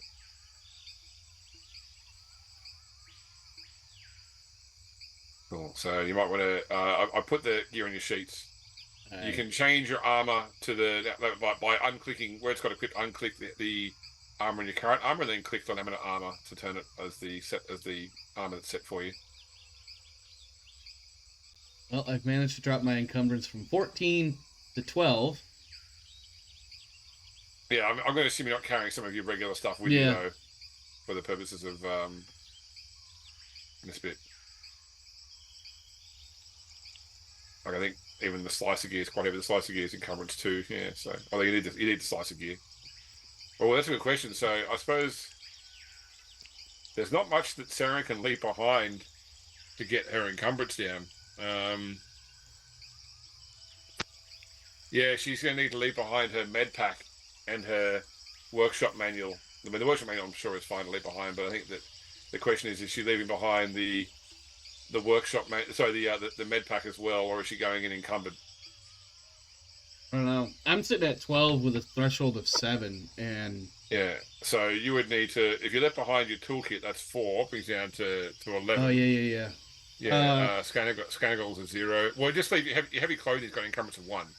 So you leave behind your clothing and your toolkit. Is there There's no way to sort of turn it off without removing it, but it doesn't like Foundry doesn't enforce the encumbrance rules. Okay. I just need to know who is encumbered because it will affect your rolls. All right, yeah. In that case, I think I'll definitely leave the heavy clothing and the toolkit behind. I have 2 wounds apparently. Yeah, that must have been from the last session. Although you've rested overnight, so you can remove one of those wounds. Well, we've had at least because he got the 2 wounds in the fight with the Rhodian, didn't he? With the forklift droid. Yeah. I think it's it's when been he got time them. since then. And we've had Yeah. 2 nights since then. Yeah, okay. So I think Is there- everyone should be cleared of strain and wounds then. Yeah, and then we have totally forgotten about one character, by the way. He's an NPC. He's the dude that was the former member of this gang or whatever. Oh, that's right. He Yeah, came sorry, with yeah, us. so- He should be on Yeah. the ship. And when we Yeah, left the ship, Graf Lind. yeah, I guess he's about to I'm assuming he abscond with just my came ship. with us. yeah, it's either that or he absconded with my ship, and I will blast that son of a bitch if he did. Yeah, I don't think we would have left him behind. I think we probably would have brought him with, you know. Yeah. So are you putting him in clone armor as well? Oh, I think we almost I don't have to think- with him. I think we. I Yeah, don't think we can though with his really shitty prosthetic. Yeah, that's true. Yeah. he has a we would've been prosthetic. Did I forget that part? Yeah, he's missing Yeah. a leg. That's part of his whole like they did this to him, and that's why he's so hell bent on helping. Yeah. Uh, Okay, we so can, yeah, but you're right. Yeah, he's known to them, so he could go along as part of like the whole. he could be with the other prisoner. Yeah, Yeah. him and the Trandoshan were partners in crime against criminals. That's a sounds like a really horrible '80s movie. That Partners in actually Crime might Against help us Criminals. get in because he It'll was lend some he used to be legitimacy, part right? of this organization, right? So Yeah, yeah, we could be as simple as like we were doing our jobs, driving people out. We saw this guy, and if he's coming back for you, we thought he needed some special attention. exactly, yeah, I'm sure they would want to bring him in, especially that they would know him, And maybe that'll give you a bonus on your deception because they won't be paying as much attention. They would be fixated on the traitor. yeah, I think so. James, I don't know how much of that encumbrance talk Kane caught, but I understand encumbrance. I run this game. Yeah. Yep. So for you, Kane, to get your because of what you carry, if you want to take the slicer gear as well as wearing laminate armor and carrying a blaster rifle, you'll need to leave behind your med pack and your workshop manual to get down to being unencumbered. Which I'm sure the workshop manual you don't care about, but the med pack you might care about. Otherwise, you're going in one encumbrance over. I think we need the slicer gear. Yeah. I think the slicer gear, and I'm actually hesitant about leaving the med pack behind, but I'll leave. I'm gonna leave the med pack in the workshop manual. Okay, so you're fine. You'll be at 7. my Feylon leaves behind the toolkit Yeah. and the heavy clothing, and you're fine. yeah. Also, it looks like Gregor might have an issue because Gregor has 7 Yeah. right now. So laminate is 4. A blaster rifle is laminate's down to 3 because of wearing it. Whenever you wear armor, it counts as 1 lower. Blaster rifle is 4. That's already 7. So if you're carrying your sword as well, you're encumbered. I have to leave that sword behind. I know you don't want to do it. Feylon will intimate as of such too, I think. How do I get it to affect my encumbrance? Sorry. How do I get it to affect my encumbrance? How do you get more encumbrance? You mean, or Well, he's What do you trying to mean? change. What does he have to change on his sheet to make his cumbersome? I more? unequipped it, but it's not Yeah, affecting no, my yeah. encumbrance. Yeah, it's right. It won't change it because I've got to delete it from the sheet. So don't worry about making it appear. We're just working out narratively what you're carrying, and if you're over on encumbrance, I know how to do that when we do rolls. So if you're not carrying the vibro sword, you're fine. Blaster rifle, laminate armor, you can move around in with your threshold and be fine. It just means that you can't then pull your sword out during the course of the adventure unless you like hide it on Trokk or something before you guys reveal he is. Actually, I was thinking about that too. It's like I wonder if I give, what's that? The other guy, the one that we forgot about all session.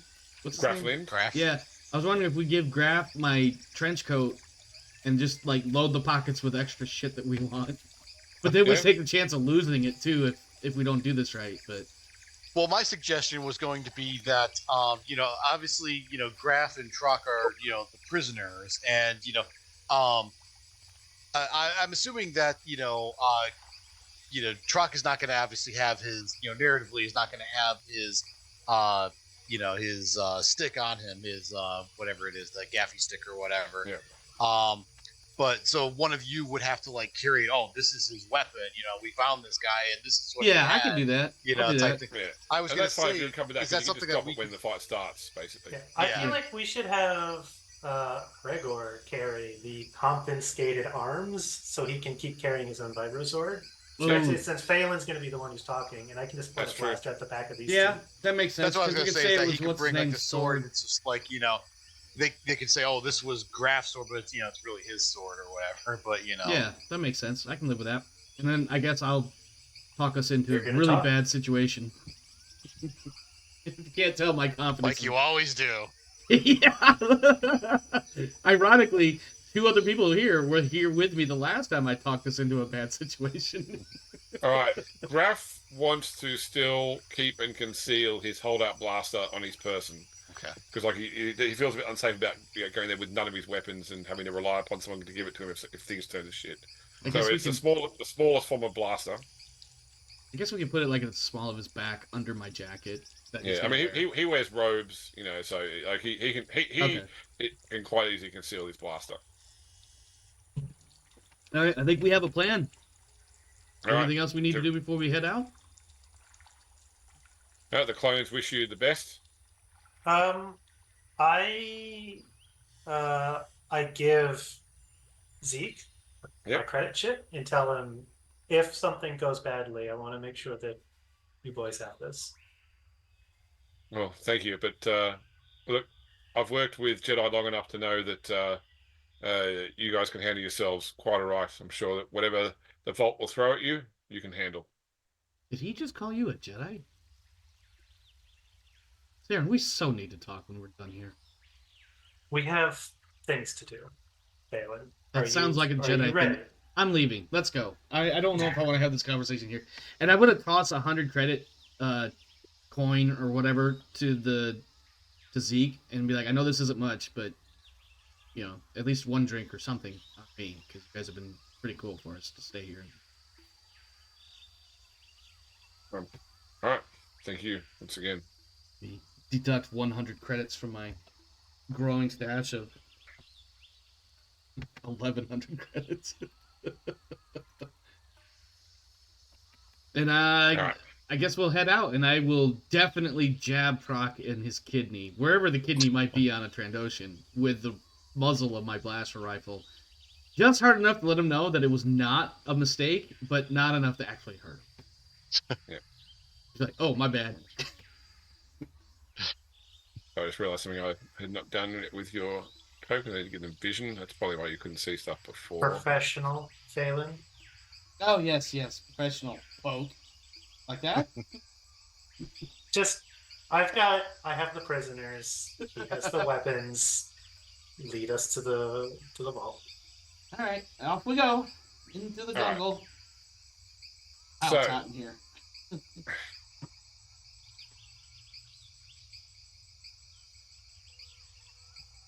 I have an image attempting to load. There it is. Yeah.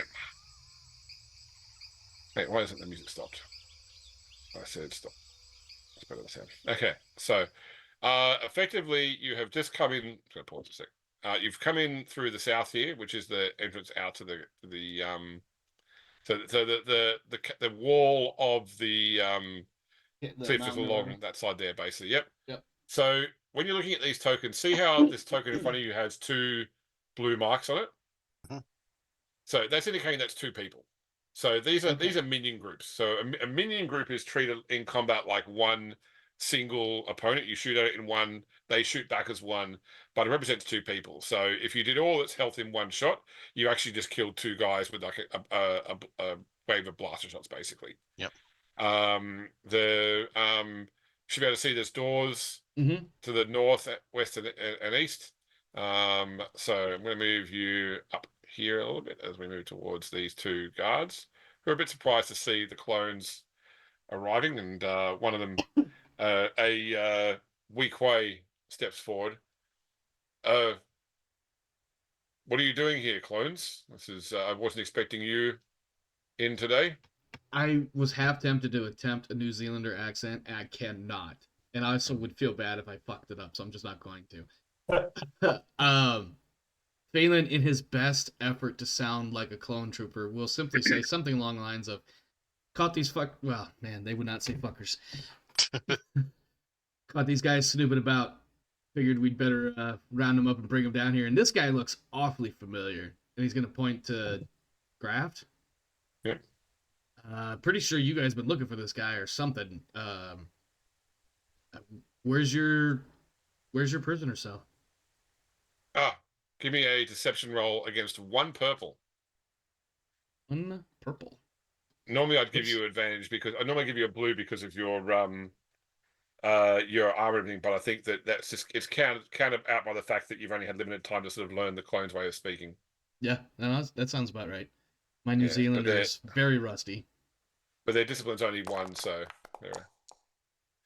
Okay, hey! so and I forgot. Of course, I would have failed if I actually switched the stream over to where people could see that roll. 1 success with 3 advantages. Actually, that sounds like a really good roll. Yeah. So they turn around and like swipe a card against the vault door. So I'm gonna, because right now it's locked, I'm gonna unlock the vault door. But at the same time, Graf yells out, "It's a trap! They're here to kill the queen!" And when we come back next session, we're going straight into combat. Motherfucker.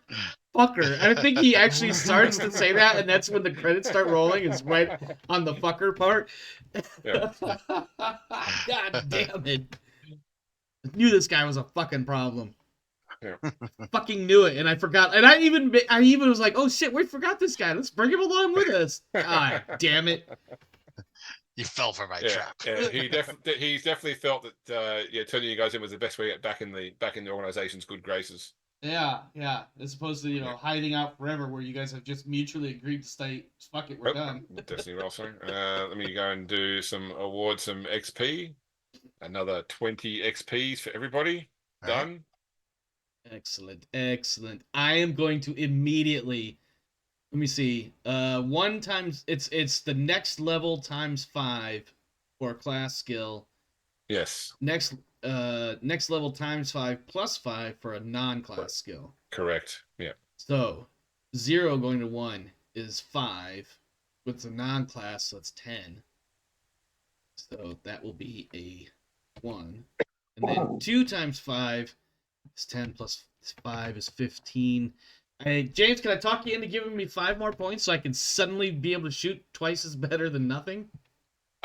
You can, provided that what you do is you wait a week and play another session. I see what you're going for here. All right, well, let me see. Fix that. Well, that's 10, so I got 10 points left. I don't know where the hell I'm going to put that. How are we feeling? Like this is going to be an interesting fight, but I am personally looking forward to our first full group combat session.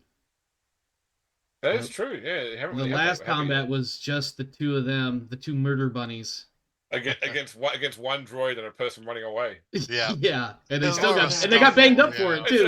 A bit of an escalation from that into entire pirate base. Yeah. Well, listen, I said it. We're gonna do this SOTOR style. We're just gonna clean 1 room at a time, and before we move on, we got to make sure our abilities cool down. Yeah. Nothing like leaving all the healing potions at home as well.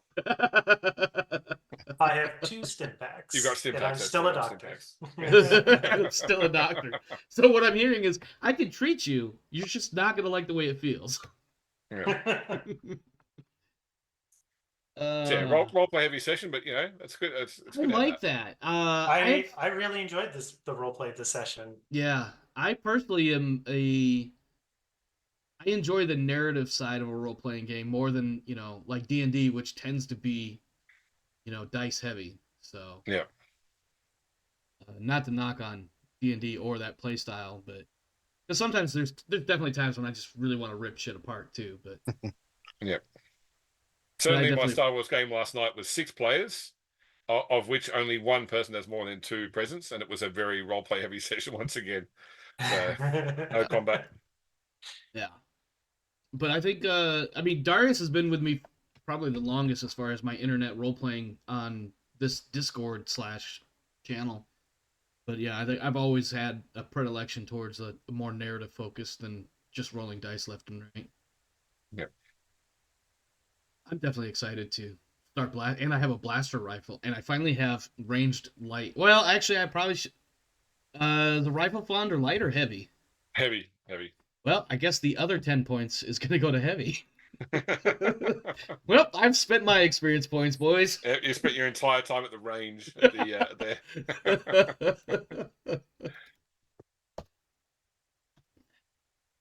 I promise you, Foe, Trokk will get to hit things next session. All right. Yep. He's waiting for it. Yep. That's right.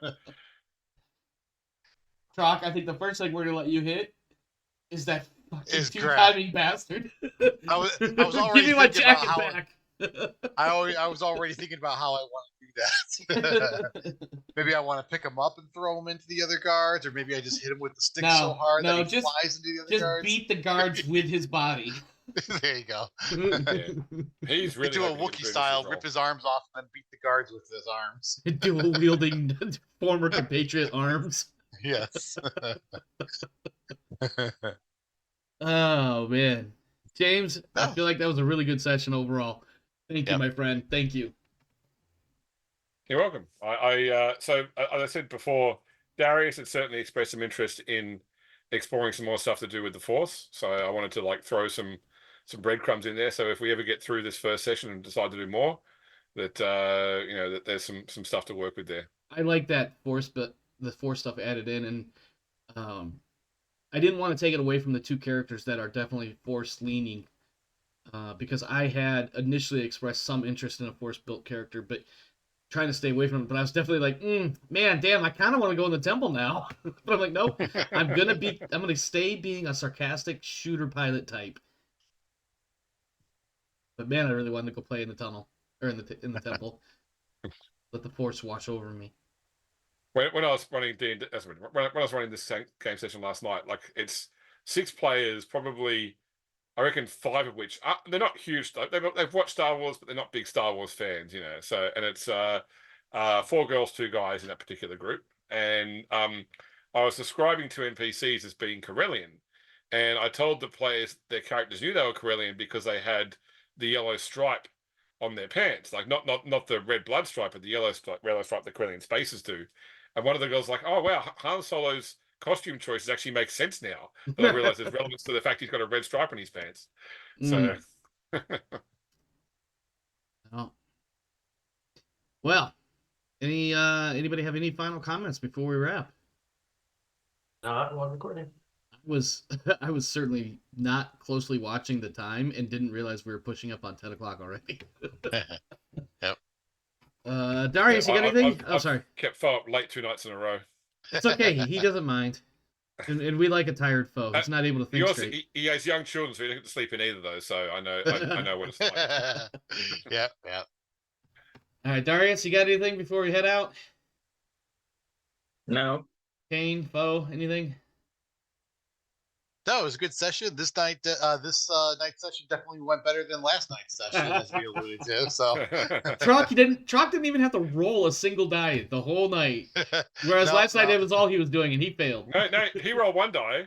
It was the Force dice at the start of the game, and he failed. Oh yes, yeah, that's right. And he failed that one. Yeah, way to go, Foehammer. Way to go. Yeah. James, final comments? No, I think it went well, and I'm looking forward to closing out this first episode of Mask of the Pirate Queen. Indeed, as am I. Well, my friends, we've made it to the end of the night. Thanks for stopping by. Thanks for hanging out. Hope you enjoyed the show. Of course, if you did, in the description below is the Discord invite for our server. Come hang out. Come talk with the cast. Come talk with the rest of us. And, do the things that we do. I will want to remind, we do have the poll going for our next big tabletop role-playing game show. You will get a vote on what that show will be, whether it is Star Trek Adventures or Warhammer 40k Rogue Trader. Come vote. And I wish I could have everybody vote more often than just once. But, it is what it is. On that note, this world is a crazy dark place, so make sure you're doing Galaxy. what you gotta do. Yes, that's Galaxy. Damn it. Stay safe. This Galaxy is a dark, crazy place. There's Jedi and lightning bolts and starships all over the place. And giant lizard men with big sticks. And giant lizard men and a toad. A slug thing in an asteroid somewhere, so be careful out there. So make sure you're doing what you gotta do. Exogorth, they're called. Exogors? Yeah. Yeah. Do what you gotta do to take care of you and yours. And as for me and mine, we're out of here. See you next time. Have a good one, my friends.